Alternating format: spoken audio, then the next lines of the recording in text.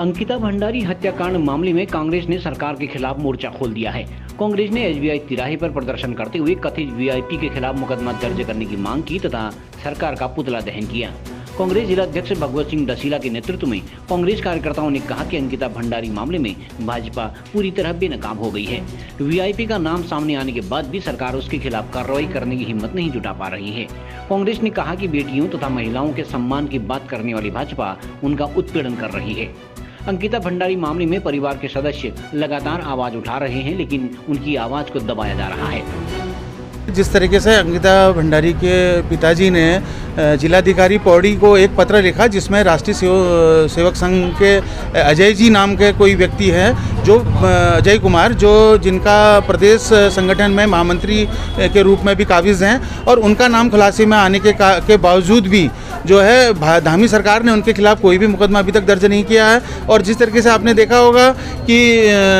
यमकेश्वर की जो विधायक है उसने वीडियो फुटेज में आपने देखा होगा उस समय सोशल मीडिया में काफ़ी बढ़ चढ़ करके उन सबूतों से छेड़खानी करने का काम उनके द्वारा किया गया और बुलडोजर के द्वारा जो है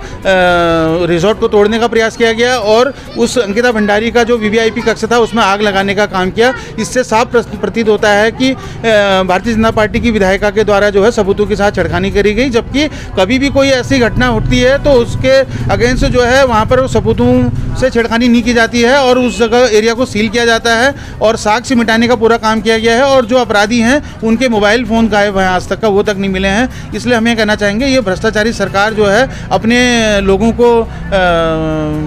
के नामों को दबाने का काम इनके द्वारा किया जा रहा है। उधर दिन प्रतिदिन बढ़ते जा रहे जो महिलाओं पर अत्याचार हैं, जैसे आपने देखा होगा कि चंपावत में खुद मुख्यमंत्री की जो कॉन्स्टिट्यूंसी है उसमें से उनका एक मंडल अध्यक्ष जो है नाबालिग के साथ दुराचार में फंसता है और इसी बागेश्वर जनपद में बजरंग दल का जो जिलाध्यक्ष है वो पोस्को में नाबालिग के साथ दुराचार में उसको फंसता है। तो इससे ये साबित होता है कि आज भ्रष्टाचार में सबसे अधिक संलिप्तता जो है वो भारतीय जनता पार्टी के लोगों के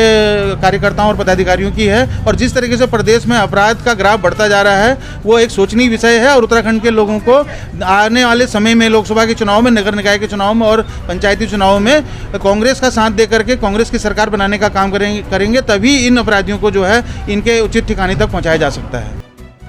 महिला कांग्रेस जिला अध्यक्ष गोपा थपोला तथा पूर्व दर्जा राज्य मंत्री राजेंद्र टंगड़िया ने भी भाजपा सरकार की आलोचना करते हुए कथित वीआईपी पर कार्रवाई की मांग की है। आज बागेश्वर में महिला कांग्रेस और मेन कांग्रेस के द्वारा सभी कांग्रेस जनों के द्वारा मुख्यमंत्री पुष्कर धामी जी का पुतला दहन यहाँ पर किया गया है और जिसमें अंकिता भंडारी को जो काम शासन और प्रशासन का था वो काम सरकार नहीं कर पाई और उनके अंकिता भंडारी के पिताजी और माताजी ने उस काम को किया है। उसके बावजूद नाम का खुलासा होने के बावजूद उस पर कार्यवाही न होना एक दुखद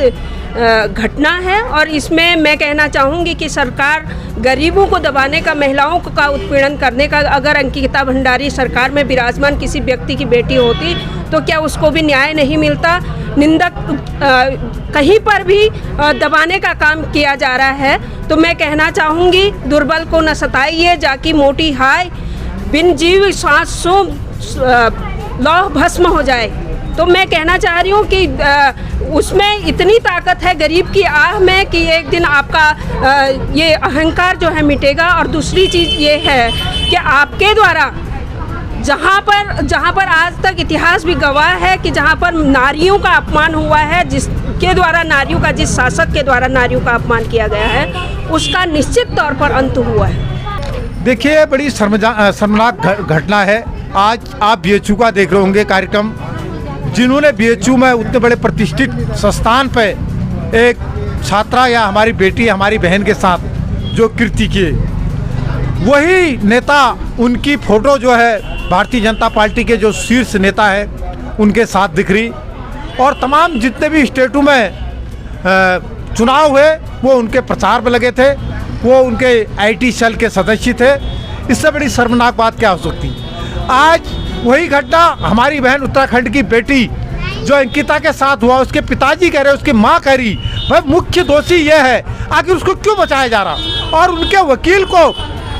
यह दबाव दिया जा रहा कि आप केस से पीछे हटो। क्या यही उत्तराखंड राज्य की कल्पना की थी? हमको तो वही याद आने लग गया जब मुलायम सिंह ने उत्तराखंड के माँ बहनों के साथ जो अत्याचार किया है। क्या भारतीय जनता पार्टी की सरकार भी वही अत्याचार करने में आतुर होगी? इसकी हम घोर निंदा करते हैं सारे कांग्रेसजन, और पूरे प्रदेश में इस जो कृत्य हुआ है, जब तक इसका पर्दाफाश नहीं हुआ, जब तक दोषियों को सजा नहीं मिलेगी, तब तक हम संघर्ष करने का ऐलान करते हैं। CCN न्यूज के लिए ब्यूरो रिपोर्ट बागेश्वर।